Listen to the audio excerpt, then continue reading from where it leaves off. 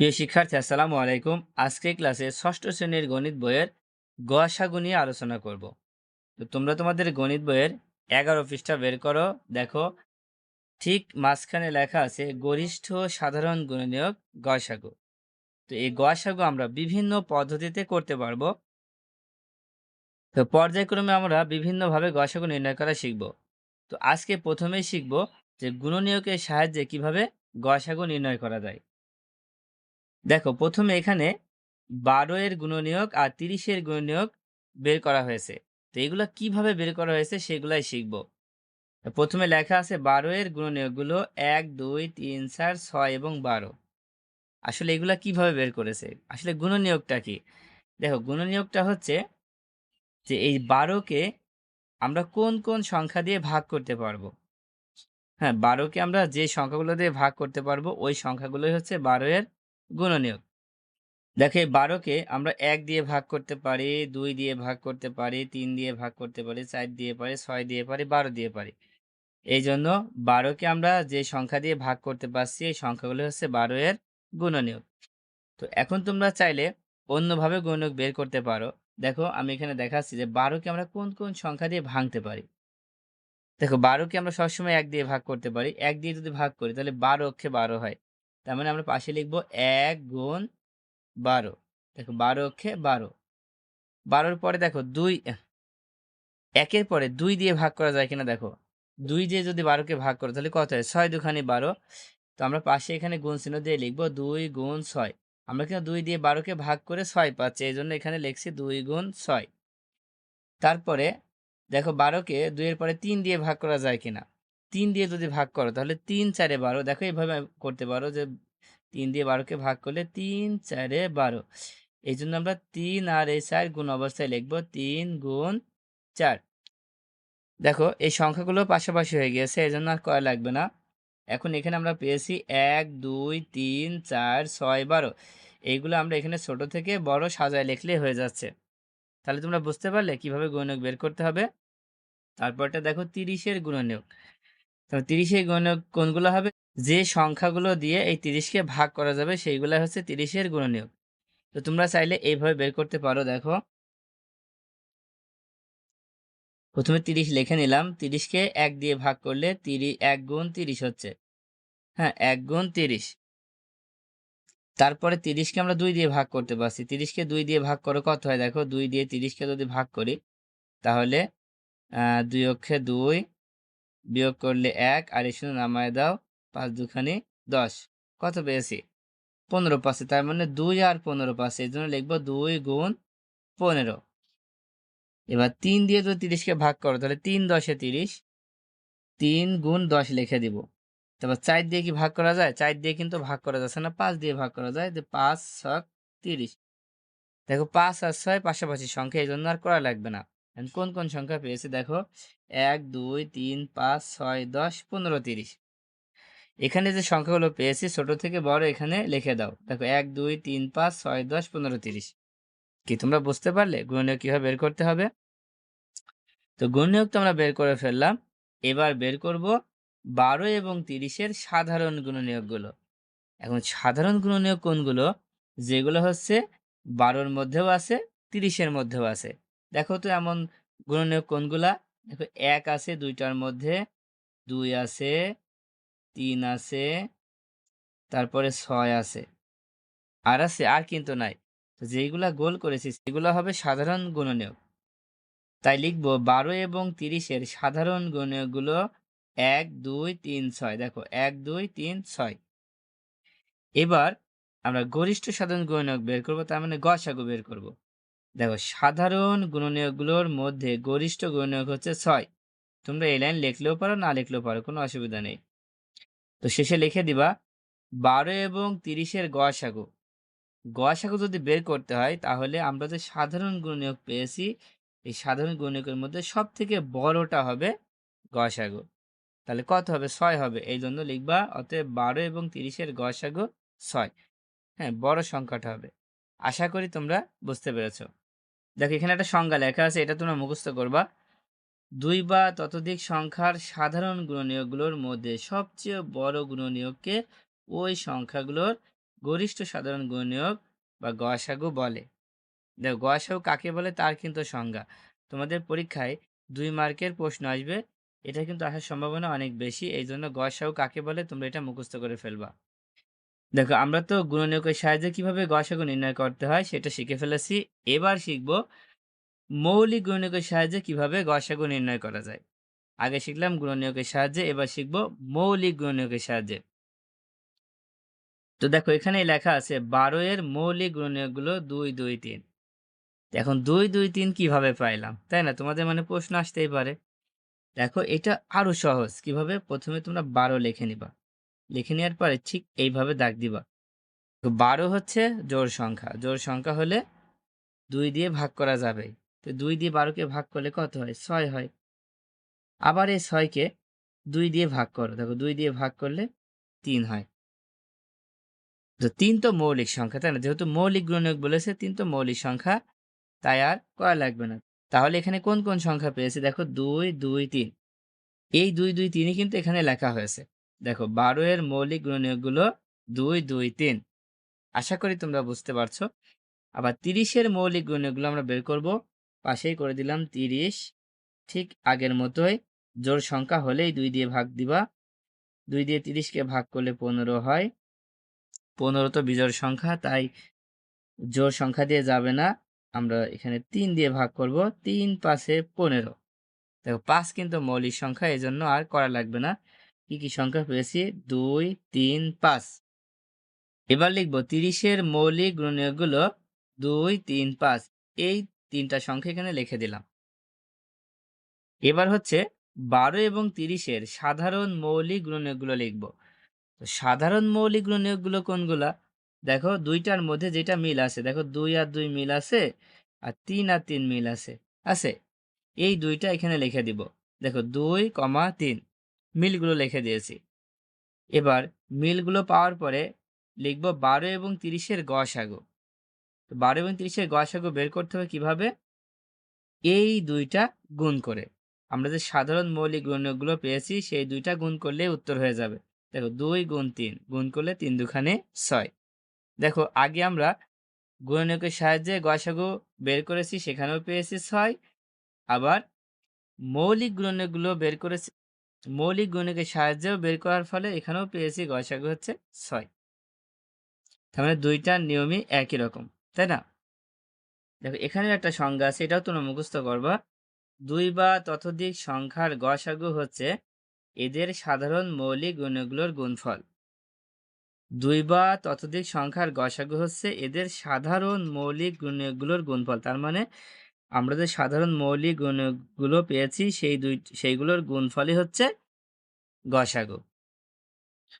চলো এবার আমরা উদাহরণ একটা দেখি। উদাহরণ একে বলা হচ্ছে গুণনীয়ক এবং মৌলিক গুণনীয়কের সাহায্যে 28, 48 এবং 72 এর গসাগু নির্ণয় করব।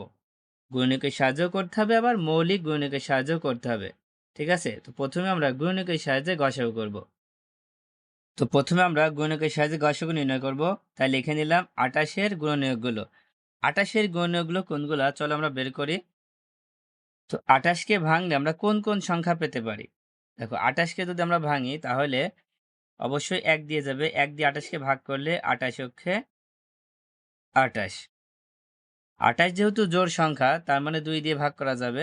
তো 2 দিয়ে 28 কে ভাগ করো, দেখো কত হয়। 2 দিয়ে যদি 28 কে ভাগ করো তাহলে 2 অক্ষে 2, 8 নামায় দাও, 4 দুখানি 8, কত হলো? 14 হচ্ছে। তার মানে এখানে 2 আর 14 লিখতে হবে। 2 গুণ 14। এবার 3 দিয়ে কি 28 কে ভাগ করা যায়? যায় না। 4 দিয়ে 4 7 28, কত হচ্ছে? 4 গুণ 7, 4 7 28। 5 দিয়ে কিন্তু যায় না, 6 দিয়েও যায় না, আবার কিন্তু 7 দিয়ে যায়। 7 দিয়ে ভাগ করলে তো 4 7 28 হয়। আমরা 4 আর 7 লিখে ফেলেছি। তার মানে আমাদের আর করা লাগবে না। তাহলে আমরা কত পেয়েছি? দেখো 1 2 4 7 14 28। এই 4টা সংখ্যা লিখে দিব। 1 2 4 7 14 28। এবার বের করব 48 এর গুণনীয়ক।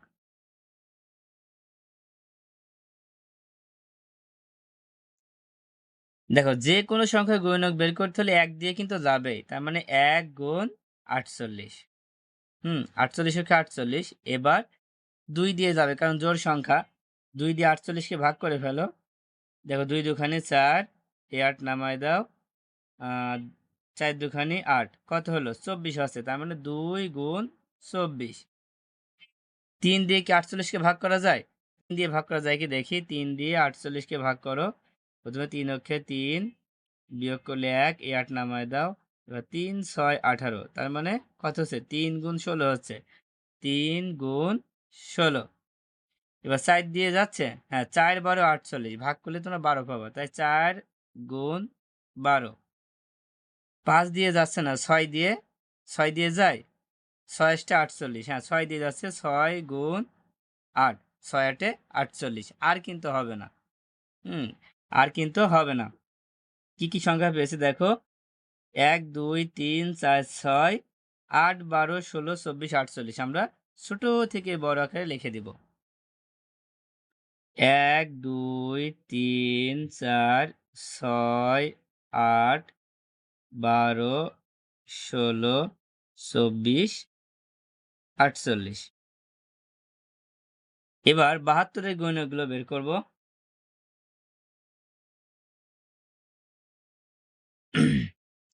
দেখো প্রথমে 1 দিয়ে ভাগ করা যাচ্ছে, তাই 1 গুণ 72। তারপর 2 দিয়ে দেখব 72 কে ভাগ করা যাচ্ছে কিনা। কত হয়? 2 দিয়ে ভাগ করা যাবে, তো কত হয় সেটা দেখব। 3 দুখানি 6, বিয়োগ করলে 1, 2 নামায় দাও। 6 দুখানি 12, কত হলো? 36। তার মানে 2 গুণ 36। এবার 3 দিয়ে যাচ্ছে কিনা দেখি। 3 দিয়ে 72 কে ভাগ করো। দেখো 3 দুখানি 6, বিয়োগ করলে 1, এই 2 নামায় দাও। 3 4 12, তার মানে 3 দিয়েও ভাগ করা যাচ্ছে। 3 গুণ 24। তারপরে 4 দিয়ে যাচ্ছে? দেখো 4 দিয়ে ভাগ করা যায় কিনা। দেখো 4 দিয়ে 72 কে ভাগ করলে কত হয়? 4 অক্ষে 4, বিয়োগ করলে 3, 2 নামায় দাও। 4 8 এ 32, কত হলো? 18 হচ্ছে। তার মানে 4 গুণ 18 হবে। 4 গুণ 18। তারপরে 4 এর পরে 5 দিয়ে না 6 দিয়ে যাচ্ছে কিনা দেখতে হবে। 6 দিয়ে আমরা ভাগ করি, দেখি কত হয়। আমরা এখানে ভাগ করলাম 6 দিয়ে। 6 দিয়ে 72 কে ভাগ করি। 6 অক্ষে 6, বিয়োগ করলে 1, এই 2 নামায় দাও। আর 6 দুখানি 12, 6 12 72। তার মানে 6 গুণ 12 হচ্ছে। 6 গুণ 12। তারপরে দেখো 8 দিয়ে যাচ্ছে, হ্যাঁ 8 না 72, আর কিন্তু হবে না। তো এখানে যে সংখ্যাগুলো পেয়েছি সেই সংখ্যাগুলো আমরা ওখানে লিখে দিই। দেখো 1 2 3 4 6 8 9 12 18 24 36 72। দেখো আমাদের 3টা গুণনীয়কই লেখা শেষ। এখন আমরা সাধারণ গুণনীয়ক বের করব। তো সাধারণ গুণনীয়ক বের করার জন্য কি করবা? লিখে নিব যে 28, 48 ও 72 এর সাধারণ গুণনীয়ক। সাধারণ গুণনীয়ক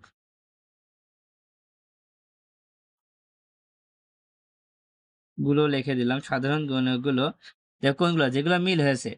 দেখো এখানে 1 1 মিল হয়েছে, তারপরে 2 2 মিল হয়েছে, 4 4 মিল হয়েছে। 4 এর পরে আর কোনটা মিল হয়েছে? দেখো আর কিন্তু মিল হয়নি। তাহলে 3টা আমরা এখানে লিখে দিই। 1 2 4। আর কিন্তু একটাও এখানে মিল নাই। তো এবার লিখবো হচ্ছে গসাগু। অতএব 28, 48 ও 72 এর গসাগু। গসাগু কত হবে? দেখো এখানে যে 3টা সংখ্যা পেয়েছি এই সংখ্যাগুলোর মধ্যে সবথেকে বড় সংখ্যা 4, এই 4ই হবে গসাগু। আশা করি তোমরা বুঝতে পেরেছো। এবার আমরা মৌলিক গুণকের সাহায্যে গসাগু নির্ণয় করা শিখব। মৌলিক গুণকের সাহায্যে দেখো প্রথমে লেখা আছে 28 এর মৌলিক গুণনীয়কগুলো 2 2 7। এই 3টা সংখ্যা কিভাবে পাইলাম? দেখো আমরা কিন্তু আগে আমরা প্রথমে শিখেছি যে কিভাবে মৌলিক গুণক বের করতে হয়। তো এটা বের করার জন্য প্রথমে 28 লিখে নিলাম। লেখার পরে ঠিক এইভাবে আমরা দাগ দিব। 28 কে আমরা প্রথমে 2 দিয়ে ভাগ করব, যেহেতু জোড় সংখ্যা। 14 দুখানি 28 হয়। তারপরে আবার দেখো এটা জোড় সংখ্যা, 2 দিয়ে যাবে, 7 দুখানি 14। 7 কিন্তু মৌলিক সংখ্যা, তার মানে আর হবে না। তো কি সংখ্যা পেয়েছি? ২, ২, ৭। দেখো এখানে লেখা আছে ২, ২, ৭। তোমরা খুব সহজেই এভাবে বের করতে পারবা। তারপর আছে ৪৮। দেখো ৪৮ টাকে আমরা করে ফেলি। প্রথমে ২ দিয়ে ভাগ করলে হয় ২৪ দুখানি ৪৮। আবার দেখো ২ দিয়ে ভাগ করলে ১২ দুখানি ২৪। আবার ২ দিয়ে ভাগ করলে ৬ দুখানি ১২। আবার ২ দিয়ে ভাগ করলে ৩ হচ্ছে। তাহলে কি পেয়েছি দেখো? ২ পেয়েছি ৪ টা, তারপর একটা ৩ পেয়েছি। দেখো এখানে ২ আছে, ৪ টা, একটা ৩ আছে। তাহলে ৪৮ এর মৌলিক গুণকগুলো হলো ২, ২, ২, ২, ৩। কত সহজে হয়ে যাচ্ছে, তাই না? তারপর আছে ৭২। দেখো ৭২ কে আমরা কিভাবে করতে পারি? ৭২ যেহেতু জোড় সংখ্যা, এখানেও ২ দিয়ে যাবে। ৩৬ দুখানি ৭২। আবার ৩৬ কে ২ দিয়ে ভাগ করলে ১৮ দুখানি ৩৬। আবার ১৮ কে ২ দিয়ে ভাগ করলে ৯ দুখানি ১৮। ৩ দিয়ে যাবে, ৩ তিরিক্ষে ৯। তাহলে কত পেয়েছি দেখো? ২ পেয়েছি ৩ টা, ৩ পেয়েছি ২ টা। দেখো ২, ২, ২, ৩, ৩। খুবই সহজে আমরা বের করতে পারছি। তো মৌলিক গুণনীয়ক তো বের করা হয়েছে। এবার আমরা বের করব সাধারণ মৌলিক গুণনীয়ক। তো ২৮, ৪৮ এবং ৭২ এর সাধারণ মৌলিক গুণনীয়কগুলো কোনগুলো? যেগুলো মিল পেয়েছি। দেখো এখানে ২ টা ২ আছে, এখানেও ২ টা ২ আছে, এখানেও ২ টা ২ আমরা মিল পাচ্ছি। আসলে আমরা মিলগুলা গোল করলাম। দেখো প্রত্যেকটার মধ্যে ২ টা করে ২ মিল আছে, আর কোনটা মিল নেই। তো এখন কি করব? তো ২৮, ৪৮ এবং ৭২ এর গসাগু বের করতে হলে এই মিল ২ টা এখানে গুণ করে দিতে হবে। যেহেতু আমরা সাধারণ মৌলিক গুণক পেয়েছি ২ গুণ হুম, তাহলে আমরা সাধারণ মৌলিক গুণকগুলো পেলাম কি? ২ টা ২। ২, ২ এখানে লিখে দিবা। লেখার পরে এবার আমরা গসাগু বের করব। গসাগু বের করার জন্য কি করবা? এই ২ টা গুণ করে দিবা। দেখো ২৮, ৪৮ এবং ৭২ এর গসাগু ২ গুণ ২ সমান ৪। তো আমি আশা করি তোমরা গুণনীয়ক এবং মৌলিক গুণকের সাহায্যে কিভাবে গসাগু বের করতে হয় বুঝতে পেরেছ। তো আজকের মতো ক্লাসটা এই পর্যন্ত। আল্লাহ হাফেজ।